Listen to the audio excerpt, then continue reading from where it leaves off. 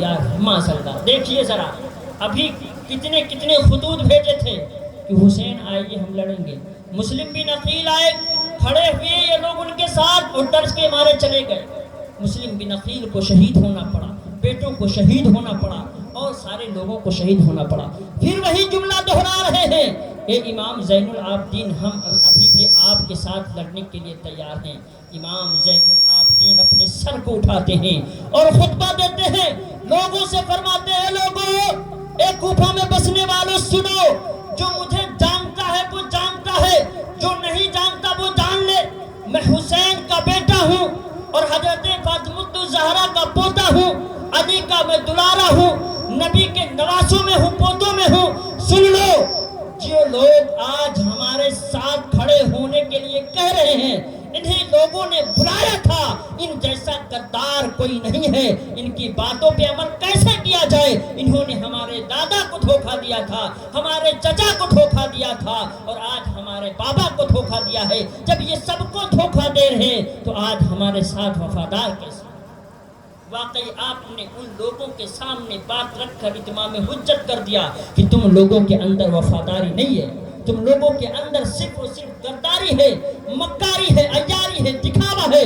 تم صرف اور صرف بظاہر آنسو گراتے ہو, تمہارے دل میں علی کے گھر آنے کے لیے محبت نہیں ہے. اور آج بھی وہی دیکھا جاتا ہے یارو, ہمارے یہاں نوجوان نکالتے ہیں بلیڈ, سلیاں نکالتے ہیں, میں ماتم حسین کرنے لگتے ہیں, لیکن یارو ان کے دل میں محبت حسین نہیں.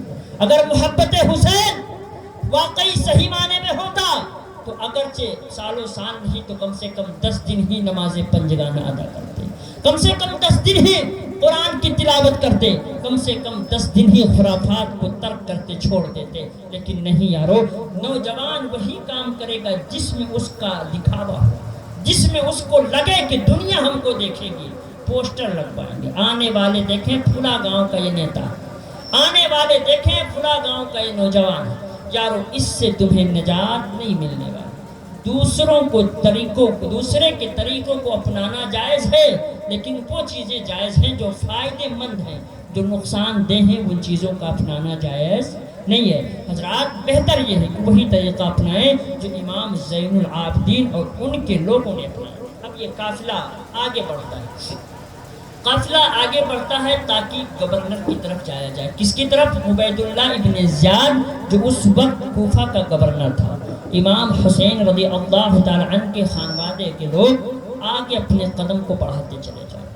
اب دیکھا یہ جا رہا ہے, جب ایک محلے سے گزرتے ہیں, چھت پہ بیٹھ کر کچھ عورتیں, کچھ بچیوں نے وہاں سے کھجور پھینکنا شروع کیا تاکہ جو قافلہ جا رہا ہے وہ لوگ اٹھائیں اور کھا لیں.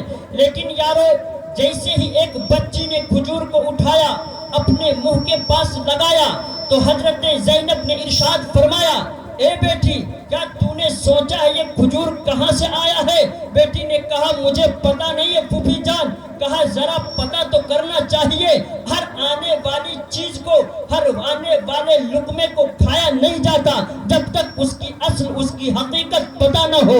آقا حسین کی یہ بہن لوگوں سے فرماتی ہے کہ اے کھجوروں کو پھینکنے والی, ذرا یہ تو بتاؤ یہ کھجور کیسے ہیں, تم کیوں کر انہیں دے رہی ہو؟ جواب ملتا ہے ان کھجوروں کو ہم اپنی بچیوں کا صدقہ تم کو دے رہے ہیں. تب زینب رضی اللہ تعالی عنہا نے اپنے لوگوں کی طرف مخاطب ہو کے فرمایا تھا, اے حسین کے گھرانے میں پلنے والے, اے نانا مصطفیٰ کے ماننے والیوں, سنو تمہارے لیے صدقہ حرام ہے, اس کو کھانا نہیں ہے.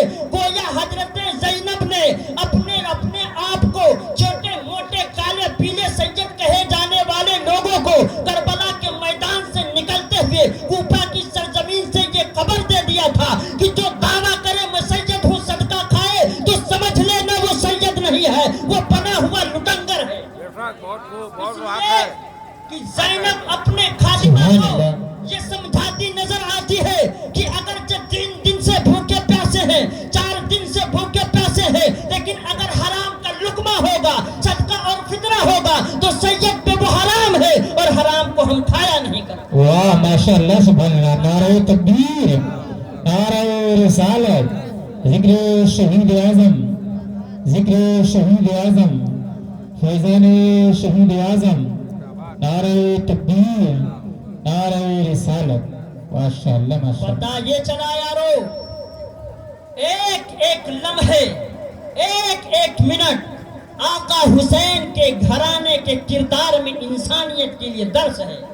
اگر ہم مسلمان تاریخ کا مطالعہ کریں، ان کے درسوں کو، ان کے اسباق کو، ان کے کردار کو، اخلاق کو پڑھیں یا سنیں، تو ہر ایک ایک لمحے، ہر ایک ایک قدم ہمارے لیے درس ہے کہ ہمیں زندگی کیسے گزارنی ہے. اب اگر کوئی کالا پیلا کوئی سید کہے اپنے آپ کو اور صدقہ بٹورے مدرسے کے لیے اٹھا جائے یا اپنی پراپرٹی بنائے، تو سمجھ جانا اس سے بڑا لٹنگر کوئی ہے ہی. ارے یارو میں تو یہ کہوں گا زکوٰۃ و صدقہ اپنے مدرسے گاؤں پہلے، اگرچہ ہیلے شرعی کے ذریعہ، شرعی ہیلا جو ہوتا ہے اس کے ذریعہ ہی استعمال ہوتا ہے مدرسے میں، لیکن سب سے پہلے اپنے مدرسے کے لیے.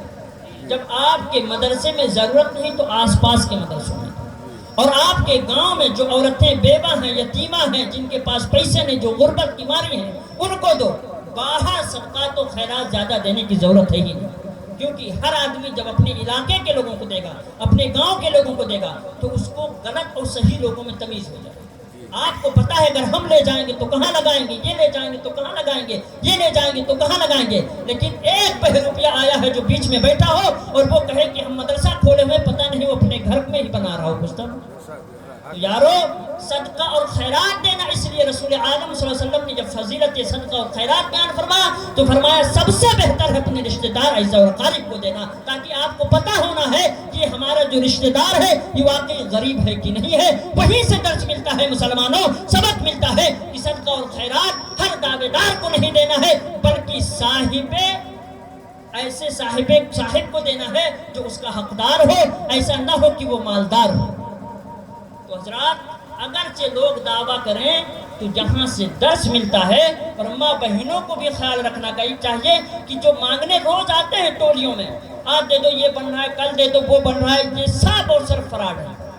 اگر کوئی موثوق آدمی نہیں ہے آپ کی پہچان کا، تو یہ جو لوگ جھوڑیاں لے کر دوڑتے ہیں ان کو دینا بالکل غلط ہے، کیونکہ اکثر اس میں جا کے شراب پیتے ہیں اور جوا کھیلتے ہیں اور بہت ساری برائیاں اپنے آپ میں جنم لے رکھے ہیں اور اس کو جا کر انجام دیتے ہیں. تو لہٰذا ہو سکتا ہے کوئی آنے والا دعویٰ کر دے کہ ایک روایت پڑھی تھی جس میں ایک آدمی گیا تھا، شرابی کو دے دیا تھا، زانی کو دے دیا، چوری دے، وہ روایت الگ ہے اور یہاں کا موضوع الگ ہے. درود پاک پڑھیں صلی اللہ علیہ نبی المی صلی اللہ علیہ وسلم.